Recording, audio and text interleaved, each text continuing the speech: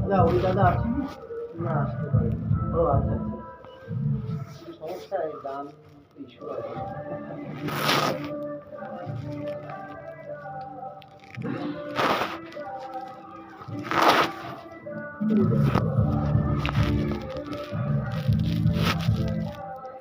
আমি লাইভ করতে পরে কথা বলবো।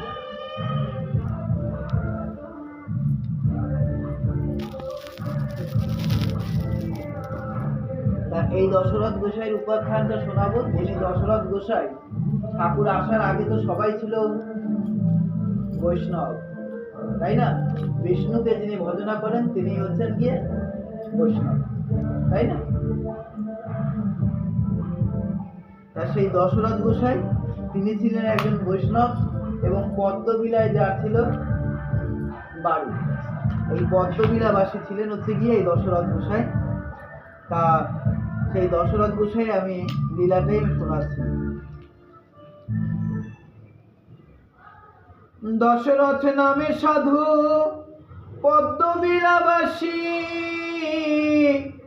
তত্ত্বজ্ঞানী হরি নামে মত্তয়পূর্ণিশি, সত্যবাদী জিতেন্দ্রিয় পুরুষ রতন, করে একাদশী ব্রত তুলসী সেবন, তিনি সন্ধ্যা মালা জপ তিলক ধারণ, হরি নামে ছাপায় অঙ্গে অতি সুশোভন, নিত্য নিত্য প্রাতকৃত্য স্নানাদি তর্পণ, গুরু পূজা কৃষ্ণ পূজা নৈবেদ্য অর্পণ। দশরথ গোস্বামী মানে তার পরিচয় দিচ্ছে তিনি কে ছিলেন।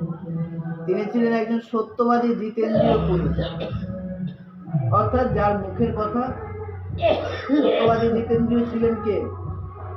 একমাত্র ছিলেন হচ্ছে গিয়ে সেই যুধিষ্ঠির, যিনি ছিলেন সত্যবাদী জিতেন্দ্রীয়। তাই দশরথ গোসাই তিনি ছিলেন একজন সত্যবাদী, যিনি একাদশী ব্রত পালন করতেন, তুলসী মন্দিরে সেবা করতেন, 3 সন্ধ্যা মালা জপ করতেন, সারা গায়ে অর্থাৎ অষ্টম অঙ্গে তিলক ধারণ করতেন, হরিনামে ছাপায় অঙ্গে অতি সুশোভ, মানে ছাপা যে নামাবলি টলি ওই যে ওইগুলো গায়ে সবসময় তিনি দিয়ে রাখতেন। আর কি করতেন? নিত্য নিত্য প্রাতঃ কৃত্য স্নানাদি তর্পণ, গুরু পূজা কৃষ্ণ পূজা নৈবেদ্য অর্পণ, পক্ষে পক্ষে একাদশী শ্রীহরিবাসর, স্তবে পাঠে নাম পাঠ নাহি অবসর, চৈতন্য চরিতামৃত পাঠে ভাগবত, সাধু সেবা মহোৎসব করে অবিরত, দিবাহারে একই সন্ধ্যা নাহি দ্বিভোজন, আতপতণ্ডুল অন্ন লাভরা ব্যঞ্জন। অর্থাৎ দিনে একবার তিনি খান, একবারে যা রান্না বান্না করে ওই হচ্ছে কি শ্রীকৃষ্ণকে নিবেদন করে, ওইটা প্রসাদ করে ওই একবারই তিনি খান, আর কিন্তু তিনি খায়। এত বড় নৈষ্ঠিক ভক্ত তিনি ছিলেন, অর্থাৎ যার মধ্যে নিষ্ঠা, যার মধ্যে আচার আচরণ ভরপুর ছিল।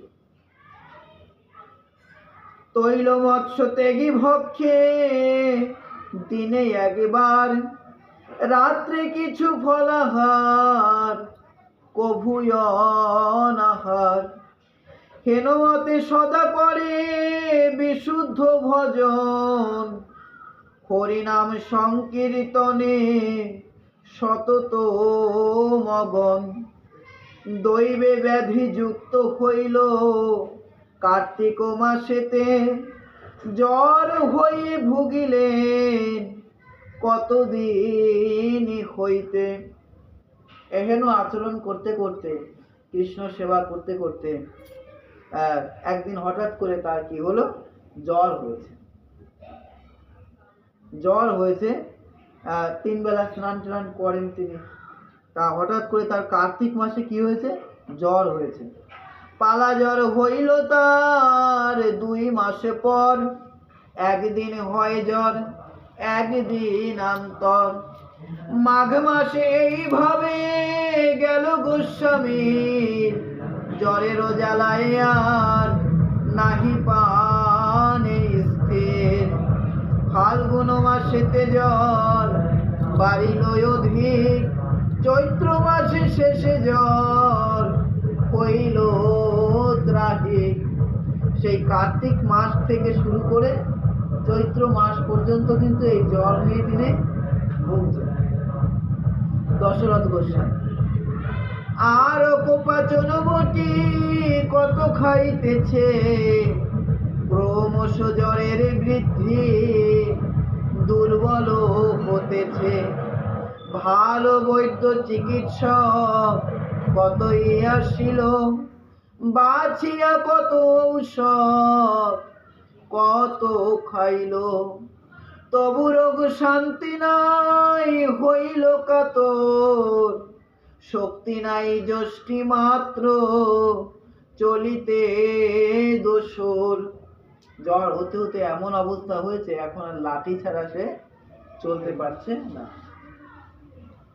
প্রচলিত হইয়াছে হরি বলা মত, কত লোক ওরা কান্দি করে যাতায়াত।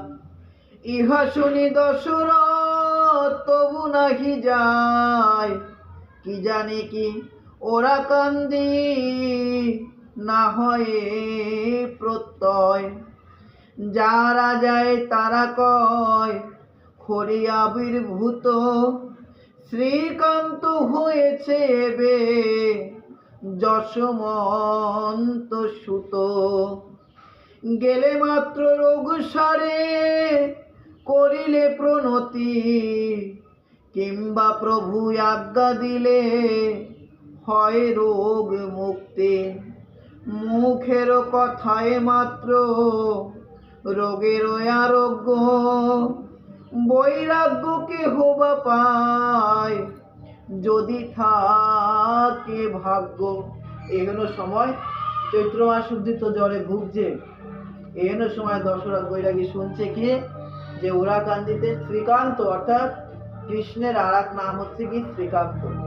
এই শ্রীকান্ত জন্মগ্রহণ করেছে কার ঘরে, দশরথ বৈরাগীর ঘরে। সেখানে গেলে মানুষ প্রণাম করলেই তাকে রোগ মুক্ত হয়, ঠাকুর যদি বাক্য দেয় রোগ মুক্ত হয়ে যায়।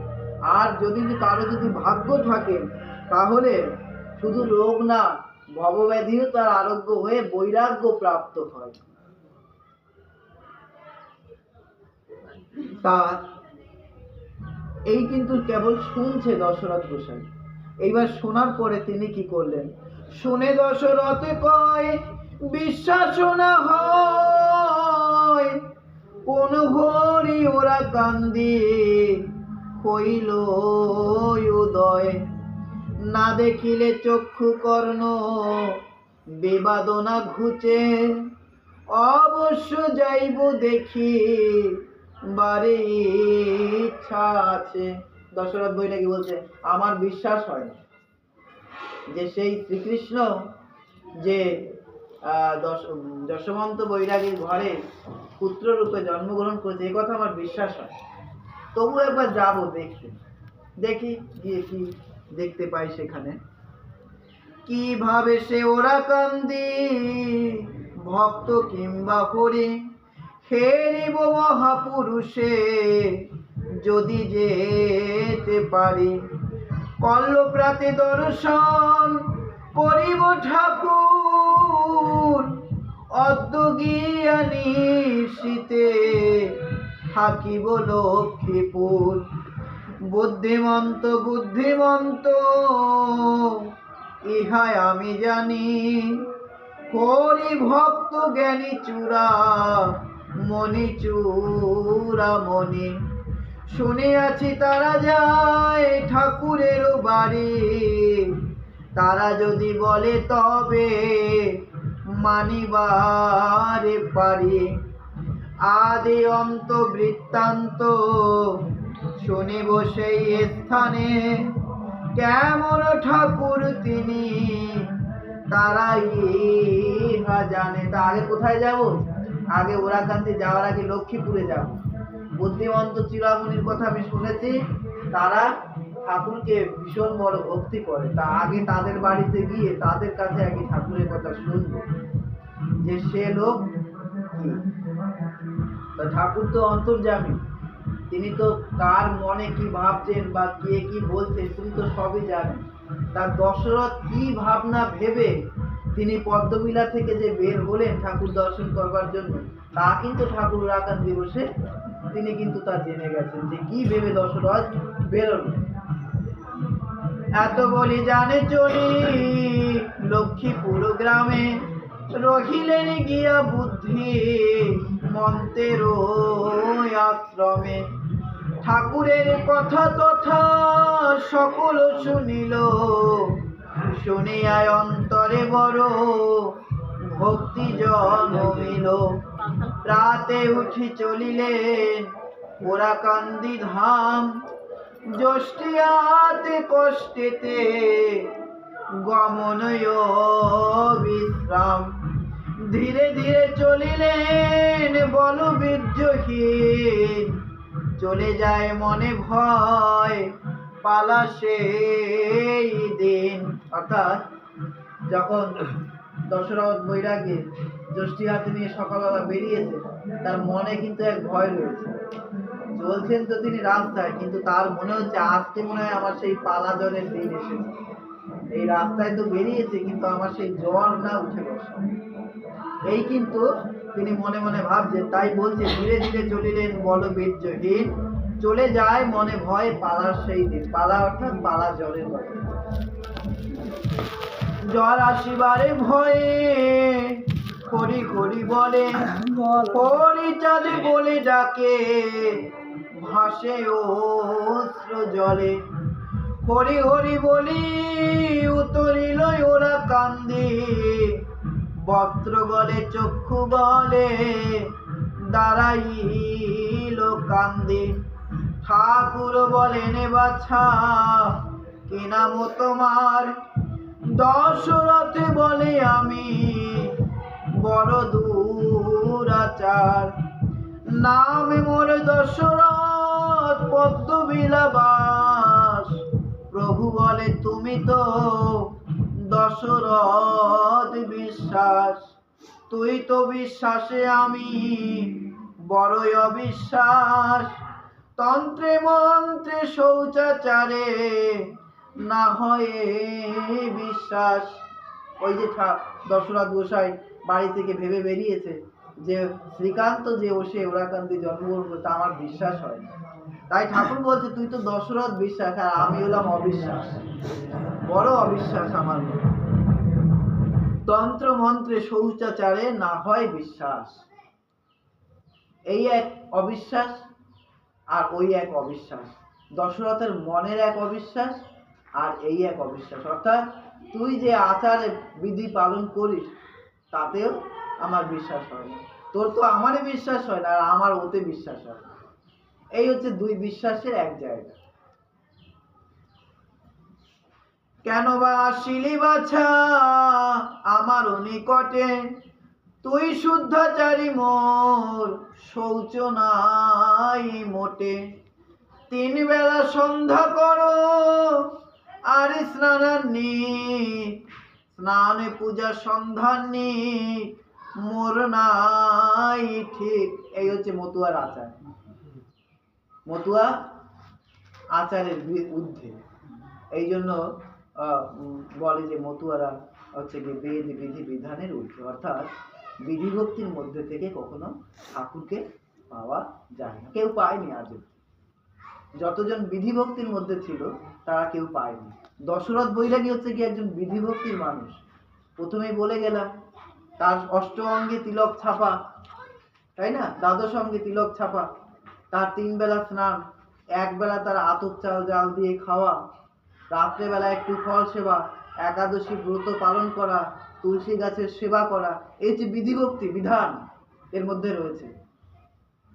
কিন্তু ঠাকুরকে কেউ বিধিভক্তির মধ্যে পায় না, দশরথ পাবে না, তাই তার বিধি ভাঙতে এনেছেন ঠাকুর রোগ দিয়ে টেনে, যাতে ও ওই বিধিভক্তির মধ্যে না থাকতে পারে। তাই ঠাকুর এক এক করে বলে যাচ্ছেন, কেন বা আসিনি বাছা আমার নিকটে, তুই শুদ্ধাচারী মোর শৌচ নাই মোটে। তুই তো শুদ্ধাচারী, স্নান না করে কিছু খাস না, স্নান না করে পুজো দিস না, কিন্তু আমার তো সব কিছু বালাই নেই। 3 বেলা সন্ধ্যা করো আর স্নানান্নে, স্নানে পূজা সন্ধানে মোর নাহি ঠিক। কুকুরের উচ্ছিষ্ট প্রসাদে পেলে খাই, বেদ বিধি শৌচাচার নাহি মানি তাই। মোর ঠাই এলি বাছা কিসের কারণ, কহ শুনি মন কথা বুঝি তোর মন। প্রকাশিয়া বল শুনি ওরে দশরথ, শুদ্ধাচারী সাধু তোর কিবা মনোরথ। কি জানে কি ওরা কান্দি না হয় প্রত্যয়, কোথাকার হরি এলো ওরা কান্দি গায়। তখন ঠাকুর এক এক করে বলছে যে তুই তো যাক, তুই যখন এসেছিস, তুই তো শুদ্ধাচারী ভক্ত, তাই এসেছিস যখন বল তোর মনের মধ্যে কি আশা বা কি কথা। তারপরে কি বলছেন যে কি জানি কি মনে, কি জানি কি ওরা কান্দি না হয় প্রত্যয়। আচ্ছা, ঠাকুর সেই দশরথের মনের কথা, প্রত্যয় মানে বিশ্বাস। কি জানি কি ওরা কান্দি মানে কি আছে না না আছে, ওই ওরা কান্দি আমার তো বিশ্বাস হয় না। কোথাকার হরি এলো ওরা কান্দি গায়, এই একই কথা তাই বলছে। নদিয়াতে গরু রূপে গোলক বল্লভ, ওরা কান্দি জন্ম তার কিসে অসম্ভব। মেনে হইনু কুর্ম হইনু বরাহ নৃসিংহ, তা হইতে কি হিনি হইনু লয়ে নর দেহ। অর্থাৎ দশরথ বৈরাগী ছিল শাস্ত্রীয় পণ্ডিত, তাই তাকে শাস্ত্রের মতো করে বোঝাচ্ছে। কি মিন হইল, আমরা মঙ্গলাচরণ করলে পরে দেখতে পাই না ঠাকুরের অষ্টবিংশ অবতারের পরিচয়। তা কি মিন হইল, আর মৎস্য অবতার হলো, কুর্ম অবতার হলো, কচ্ছপ অবতার হলো, বরাহ অবতার হলাম, অর্থাৎ শুকর সে অবতার নিলাম। তাই এত সব অবতার নিলাম পশু কোলে, তা মনুষ্য কুলে জন্মগ্রহণ করে পরিচাত রূপে এসে আমি কি বড় ভুল করলাম, এই কিন্তু ঠাকুর বলছে। তাই বলছে মিন হইনু কুর্ম হইনু বরাহ নৃসিংহ, তা হইতে কি হীন হইনু লয়ে নর দেহ। মা তাকে করার দিনু নদিয়া ভুবনে, করিব মা শেষ লীলা ঐশান্য কোণে। অর্থাৎ শান্তিপুরে যখন ঠাকুরের গৌরহরি এসেছিল, তখন যখন সচী মাতা তাকে দর্শন করতে এসেছিল, তখন সচী মাতাকে গৌর সুন্দর কথা দিয়েছিল কি, তোমাকে এড়াইতে শক্তি নাহিকো আমার, তব গর্ভে জন্ম নেব আরো 2 বার। তা মা যখন জিজ্ঞেস করেছিল গৌরহরিকে যে গৌর আমাকে কি দিয়ে, তখন গৌর সুন্দর মাকে এড়ানো সম্ভব না। জগতে ঠাকুর এসে মায়ের স্থান এত উপরে দিয়ে গেছেন, তারে এড়ানো সম্ভব নয়, কোনো ভগবানের দ্বারা সম্ভব হয়নি আগে। তাই বলছে যে আমাকে কি দিয়ে গেলি। তখন কিন্তু ঠাকুর শান্তিপুরে এসে তখন গৌরসুন্দর সচী মাতাকে কথা দিলেন যে তোমাকে এড়াইতে শক্তি নাহিকো আমার, তব গর্ভে জন্ম নেব আরো 2 বার। শেষ লীলা করিব মা ঐশান্য কোণে, প্রেম ধর্ম দানি তরাইব জীবগণ। তার সেই শেষ লীলা হচ্ছে গিয়ে সেই সফলা ডাঙায় তিনি এসে ঐশান্য কোণে তিনি জন্মগ্রহণ করেন, পরে তিনি ওরাকান্দিতে এসে লীলা প্রকাশ করেন। তা সেই একই কথা এখানে বলছে যে মেন হইনু কুর্ম হইনু বরাহ নৃসিংহ, তা হতে কি হীন হইনু লয়ে নর দেহ। মাতাকে করার দিন নদিয়া ভুবনে, করিব মা শেষ লীলা ঐশান্য কোণে। এই সেই লীলায় সেই অবতার, ইহারে উপরে পূর্ণ লীলা নাহি আর। মনে ঠিক করো বাছা, চিন্তা নাহি আর, পালিয়েছে পালায়ার, না হইবে জ্বর। শ্রী গুরু চরণ চিন্তে ভব ব্যাধি নাশে, ওরা কান্দি এসে তার জ্বরে থাকে কিসে। দশরথে বলে প্রভু বুঝিনু এখন, নিজ দাস জানি প্রভু ছল কি কারণ। যুগে যুগে ভক্ত মন বুঝিয়া বেড়াও, জেনে মন বুঝে মন ছলনা করাও। কর্ণকে ছলিতে প্রভু বৃদ্ধ বিপ্রবেশে, পুত্রকে দিতে কও পারো না দিবসে। খাইবে মনুষ্য মাংস বলিলে সে কালে, ব্রাহ্মণে মানুষ খায় বুঝিতে নারিলে। দানে ধর্মে রত কর্ণ নির্মল সুজন, বুঝে না মনুষ্য মাংস খায় কি ব্রাহ্মণ। বুঝিতে কর্ণের মন কি বাবা কি ছিল, স্বর্ণদগ্ধ পুন পুন ঔজ্জ্বল্য বাড়িল। সূর্য বংশে রঘুরায় বুঝি তারে মন, হয়েছিলে দ্বিজ ব্যাঘ্র তোমরা দুজন। তুমি হলে দ্বিজ ব্যাঘ্র হইল পঞ্চানন, দ্বিজ সুতে খেতে ব্যাঘ্র করে আক্রমণ। দ্বিজ শিশু রূপে গেলে রঘুরাজ কাছে, বলেছিলে রক্ষা করো মোরে খায় বাঘে। রঘু বলে ওরে বাঘ বলি রে তোমাকে, ছাড়ো ছাড়ো খেও না রে ব্রাহ্মণ বালকে। ব্যাঘ্র বলে যদি আমি রাজ মাংস পাই, তাহলে দ্বিজের সূত্রে ছেড়ে দিয়ে যাই।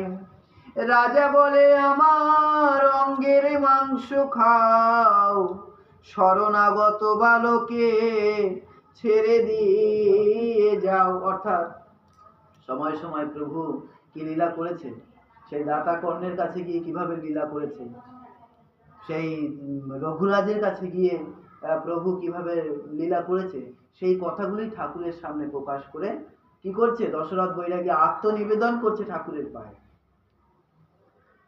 তাহা শুনি স্বীকার করিল ব্যাঘ্রবর, রাজা দেন গাত্র মাংস ব্যাঘ্রে খাইবার। খাইল সকল মাংস অস্থি মাত্র সার, হেনকালে পরিচয় দিল দিগম্বর। চেয়ে দেখো আমি ব্যাঘ্র নয়ে পঞ্চানন, মন বুঝিবারে দ্বিজ শিশু নারায়ণ। বর দিয়া রঘুরাজে গেলে দুইজন, অন্তর্যামী হয়ে কি বুঝিতে হয় মন। শ্রীরামের রাঘব নাম নাসিতে রাবণ, রঘুবর হতে তার মঙ্গলাচরণ। বিশেষত ভক্তগণের জানাইতে ভক্তি, জগতের শিক্ষা হেতু এই সব যুক্তি। এই আমি মনে মনে ভাবি অনুক্ষণ, গোপীদের মনে বুঝা কোন প্রয়োজন। যেদিন করিলে হরি বসন হরণ, জানা মন কি জানিয়ে হরিলে বসন। এক এক করে দশরথ বৈরাগী ঠাকুরের সামনে প্রকাশ করছে যে ঠাকুর তোমার যত লীলা আছে সেই লীলা তো শুধুমাত্র ভক্তকে শিক্ষা দেবার জন্য, ভক্তের শিক্ষা ছাড়া তো তোমার লীলা হয়। তা সেই রাবণকে যে মেরেছিলে রাম রঘুবর হয়ে, সেও তো ভক্তকে শিক্ষা দেবে। তুমি যে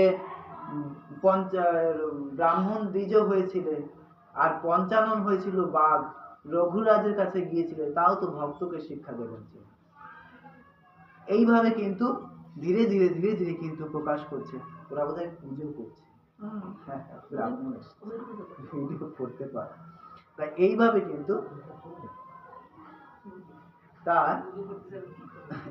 কিন্তু ধীরে ধীরে কিন্তু তা বলছে কি প্রভু এইভাবে গোপীদের বসন হরণ করেছিলেন, গোপীদের বসন হরণ করেছিলেন। তা কেমন? জানা মন কি জানিয়ে হরিলে বসন। তুমি তো জানো গোপীদের মন কি, তারপরে তুমি বসন হরণ করলে কেন? সেই ভক্তকে শিক্ষা দেবার জন্য, জগৎ জীবকে শিক্ষা দেবার জন্য। তাই বলছে যে যেদিন করিলে হরি বসন হরণ, জানা মন কি জানিয়ে হরিলে বসন। তুমি তো জানো গোপীদের মন কোন ভাবে রয়েছে, তারপরেও কেন তাদের তুমি বসন হরণ করলে? কোন শিক্ষা জগতের মুখে দিলে?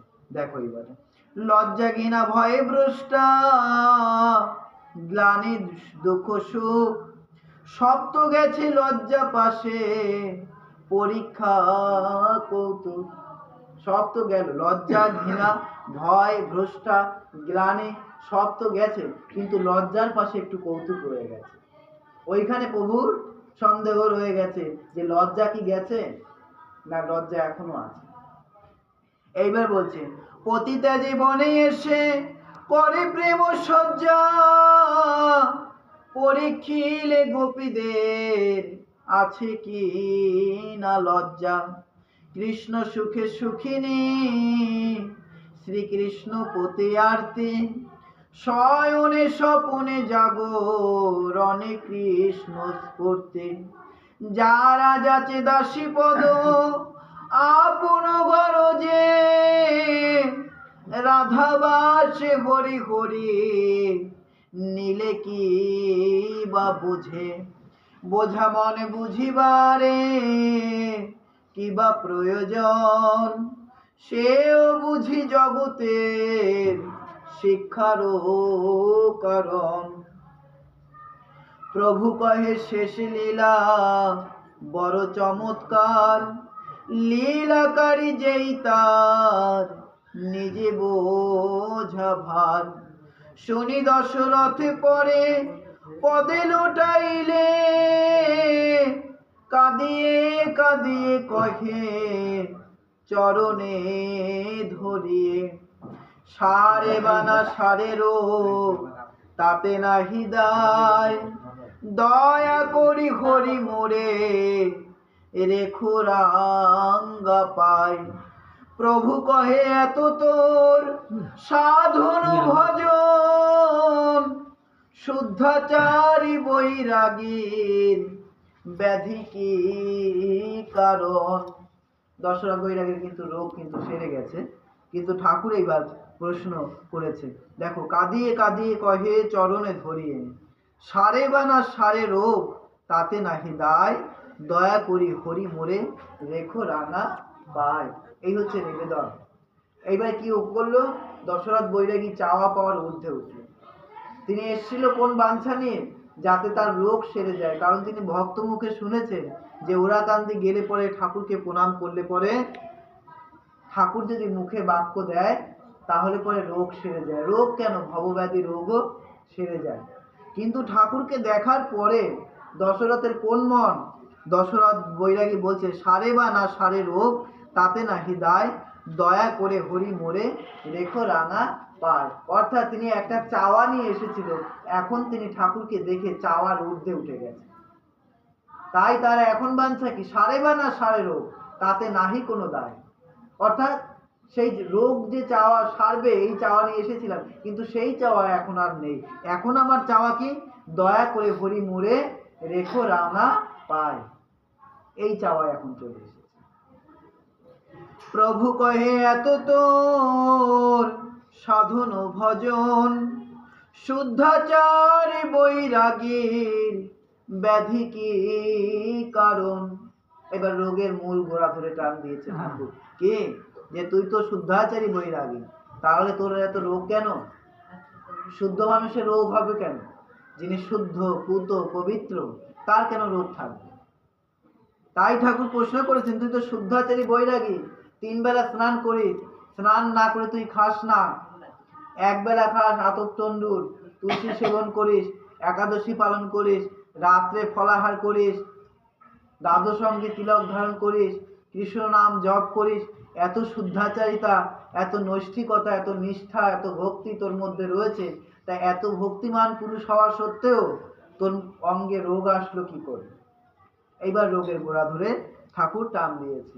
দেখো, প্রভু কহে দশরথ তোমারে জানাই, শৌচাচারে করে তোর হইল সূচি বাই, স্নান না করিয়া কিছু খাও না কখন, স্নান না করিয়া অদ্য করগে ভোজন। তোর তো সূচিবাই রোগ হয়েছে, তাই সূচিবাই রোগের বিধান কি জানিস?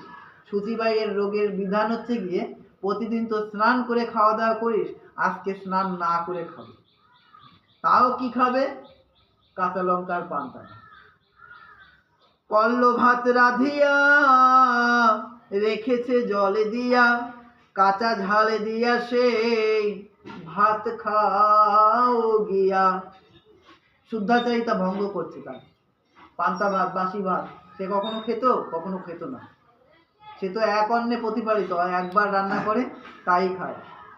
কিন্তু এখন ঠাকুর তার শুদ্ধাচারিতা, সূচিবায়ী রোগ হয়েছে তো, তাই শুদ্ধাচারিতা ভঙ্গ করছে। কি? কল্ল ভাত রাধিয়া রেখেছে জল দিয়া, কাঁচা ঝল দিয়া সেই ভাত খাও গিয়া। শুনি অন্তপুরে যায় লক্ষ্মীর নিকটে, মা মা বলিয়া সাধু ডাকে কর পুটে, সাধুর মুখের ওই কান্তিকি ডাকে শুনি, দশরথে দেখা দিল জগত জননী। দশরথ বলে মা দেহি প্রসাদী ভাত, খেতে আজ্ঞা দিয়াছেন প্রভু জগন্নাথ। সাধু ভক্তগণ সব যায় উড়িষ্যায়, সে আনন্দ বাজারে প্রসাদ মেঘে খায়। কল্ল রাধিয়াছ ভাত, তাতে দিলে জল, সেই মাতা লক্ষ্মী তুমি, এই সেই উৎকল। তখন ঠাকুর কি বলছে? দশরথ বৈরাগী বলছেন কি, মায়ের কাছে গেছে, লক্ষ্মী মায়ের কাছে, অর্থাৎ শান্তি দেবীর কাছে গেছে, যে মা আমি শুনেছি যে শ্রীক্ষেত্রে যায়, অর্থাৎ উৎকলে, উড়িষ্যার সেই পুরীতে, সেখানে যায় ভক্তগণ ওই জগন্নাথের প্রসাদ পাবে, কিন্তু আমার কাছে তো মনে হয় এই তো তুমি সেই স্বয়ং লক্ষ্মী, আর এই আমার সেই শ্রীক্ষেত্র, এই সেই আমার উৎকল, আর প্রভু হরিচাঁদ আমার জগন্নাথ। তাই এইখানে বসে আমি সেই প্রসাদ সেবা করতে চাই, তুমি আমাকে সেই প্রসাদ সেবা করো। আনন্দ বাজারে মেগেছি প্রসাদ, পদ্ম হস্তে দেহ খেয়ে পুরাই বসাদ, তব হস্ত রাধায় অন্ন জগন্নাথের, দেহ অন্ন খাইয়া সারিব ভবরোগ। বহির দেশে থাকিয়া বলেছে জগন্নাথ, দশরথে দেহ কাঁচা লঙ্কা পান্তা ভাত, জগন্মাতা দিল অন্ন আর কাঁচা লঙ্কা, দশরথে বলে মোর গেল মৃত্যু শঙ্কা। প্রত্যেকটি জায়গায় জায়গায় প্রসাদ খেয়ে দশরথ বৈরাগী কি বলছে? মৃত্যু শঙ্কা আমার চলে গেল। এখনকার বিভিন্ন জায়গায় প্রসাদ খেয়ে বলে আমার গ্যাস হয়েছে, গ্যাসের ট্যাবলেট খেতে হবে, তাই না? এই বলে, কিন্তু দশরথ বৈরাগী কি বলছে? দশরথ বৈরাগী গেছে যে আমার মৃত্যু শঙ্কা তোমার হাতের এই প্রসাদ খেয়ে চলে গেল। এই প্রসাদ খাওয়ার পিছনেও মনের ভাব গতি বর্তমান থাকে। আমরা কোন ভাবে প্রসাদ গ্রহণ করছি। প্রসাদ খেতে বসে আমরা কোন ভাবে প্রসাদ গ্রহণ করছি। প্রসাদ কোনটা? গৃহেতে যে রান্না করেন ভাত তরকারি, সেটা কি প্রসাদ না? সেটাও প্রসাদ। প্রভু ওই গৃহের মধ্যে ওই প্রসাদ আপনার জন্য রেখেছে, তাই আপনি গৃহে বসে খাচ্ছেন। যেদিন ভক্ত মহিলা আপনার জন্য প্রসাদ রেখেছে, সেই দিন ভক্ত গৃহে গিয়ে খাচ্ছেন, ওটাও প্রসাদ, গৃহের মধ্যে যা রান্না করেন। তাই যখনই কোনো কিছু খাওয়া হয়, জলটুকু খেলে পরেও সেই বাবা হরিচাঁদের নাম স্মরণ করে খাওয়াটা উচিত, দরকার। দশরথ কোন ভাবে খাচ্ছেন? দশরথ যখন সেই কাঁচা লঙ্কা আর পান্তা ভাত তাই খাচ্ছেন, তাও কোন ভাবে খাচ্ছেন? দশরথ গিয়ে শান্তিমাকে কি বলছেন? মা, তুমি তো সেই উৎকলের সেই লক্ষ্মী, আর ঠাকুর সেই জগন্নাথ, আর আমি এসেছি সেই উৎকলে। কোন চিন্তা? তা আমাকে সেই প্রসাদ দাও, কালকে যা রান্না করেছিল, অর্থাৎ যাতে জল দিয়ে রেখেছিল বাসি পান্তা ভাত। তাই খেয়ে দশরথের মৃত্যু ভয় চলে গেছে।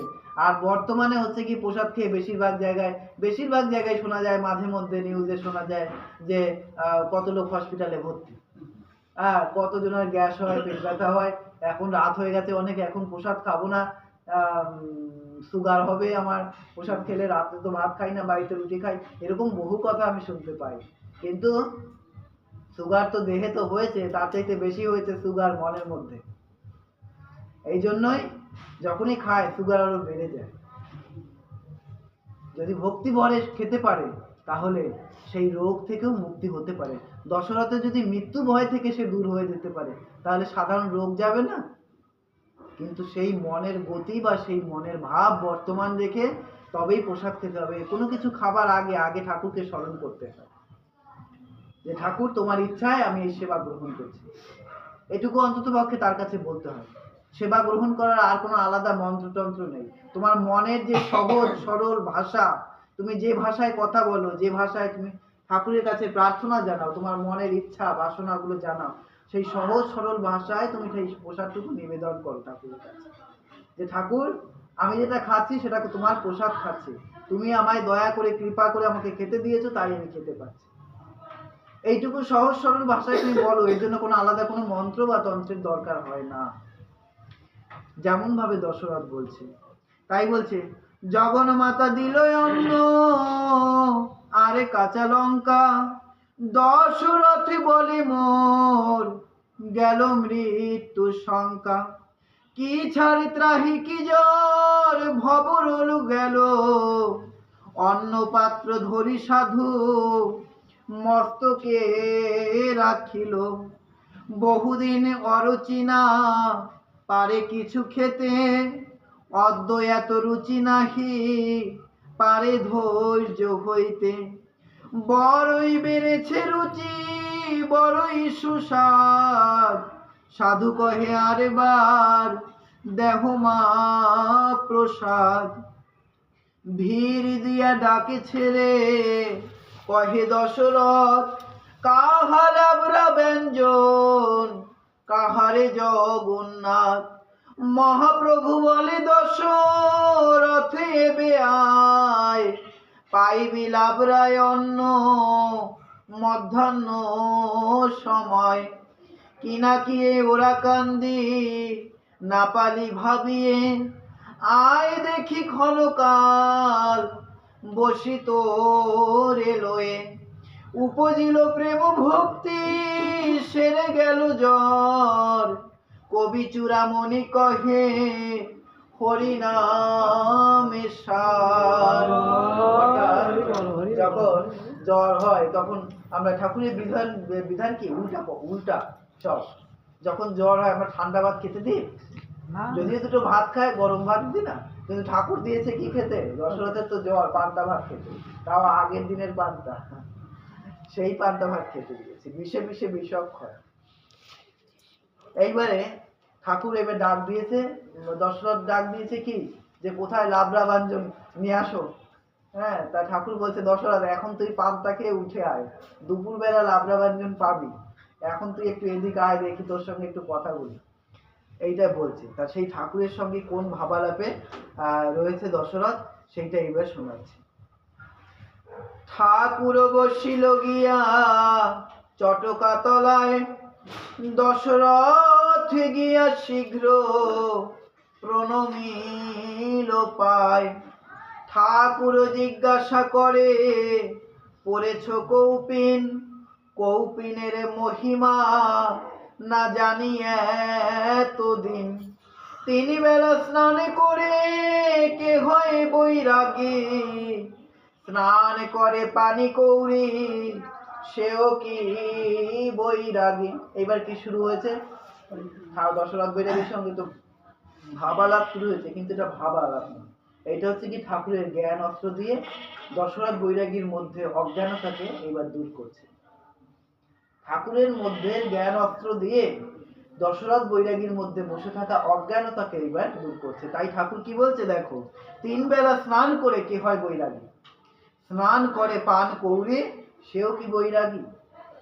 বোঝাচ্ছে দশরথ বৈরাগী, কারণ দশরথ বৈরাগী তো এতদিন তিন বেলা স্নান না করে তো সে পুজো দিত না, আহ্নিক করতো না, সে খেত না কিছু, তাই না?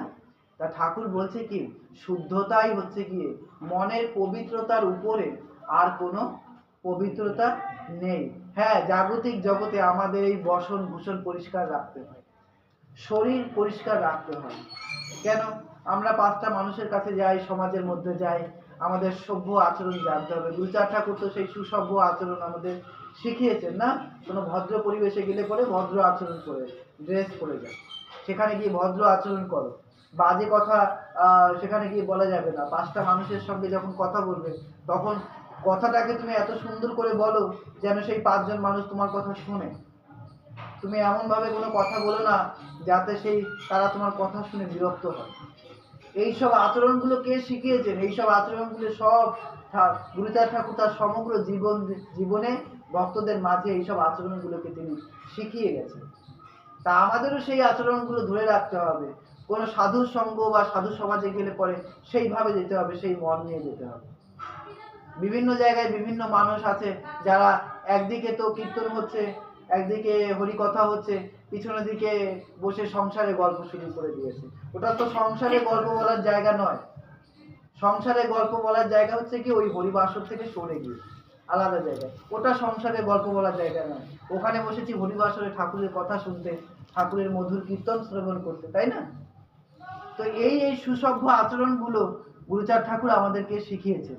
তাই ঠাকুরও তার জীবনে তিনি গুরুচার ঠাকুর যেমন এই জাগতিক জগতে আমরা কিভাবে চলবো, ধর্মীয় ক্ষেত্রে আমরা কিভাবে চলবো, সেগুলো যেমন শিখিয়েছে, আর হরিচার ঠাকুরও তার জীবনধারা দিয়ে আমরা ভক্তি মার্গে কিভাবে চলবো, ভক্তির শ্রেষ্ঠ পথ কি, কোন আচরণ করলে পরে আমরা সত্যিকারে সেই জায়গা মতো গিয়ে পৌঁছাতে পারবো।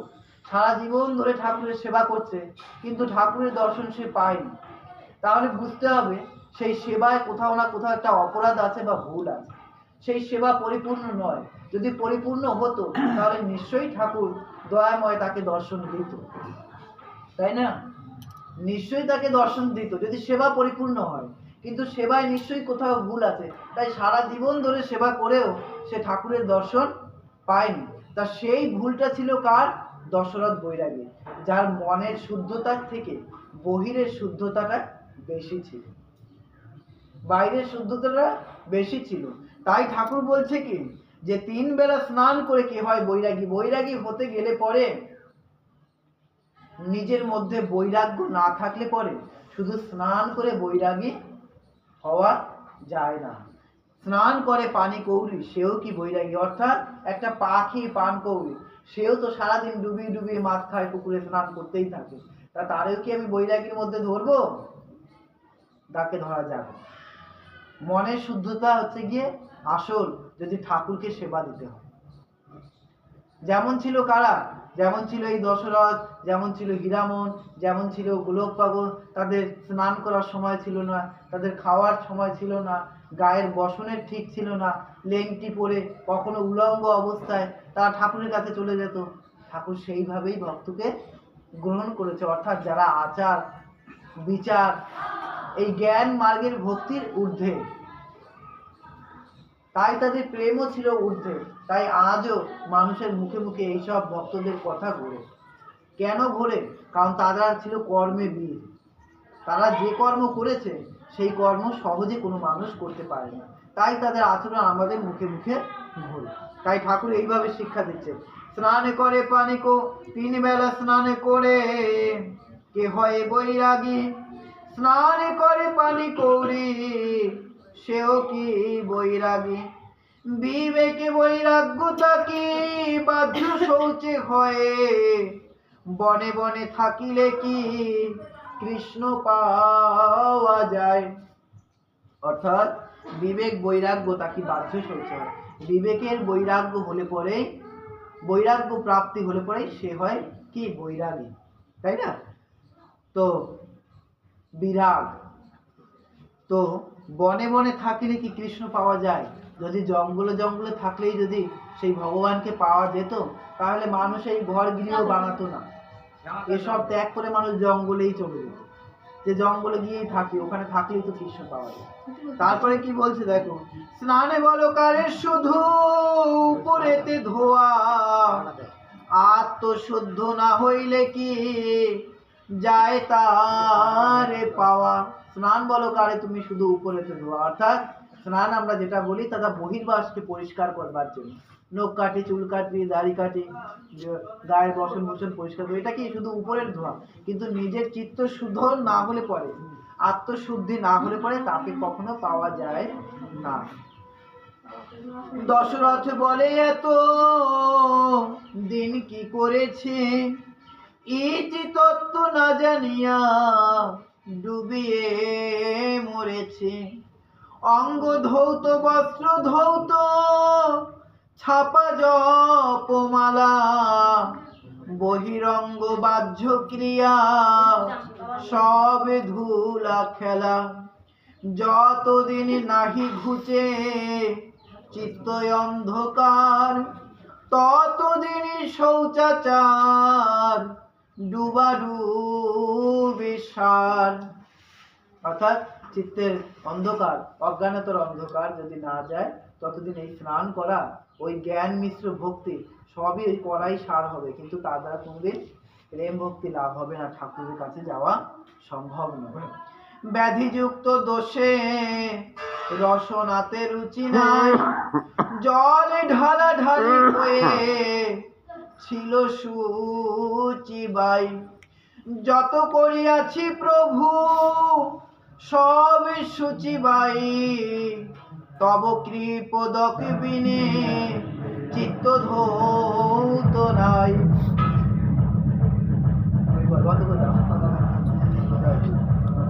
অনেকটা সময় পেয়েছ। চিত্ত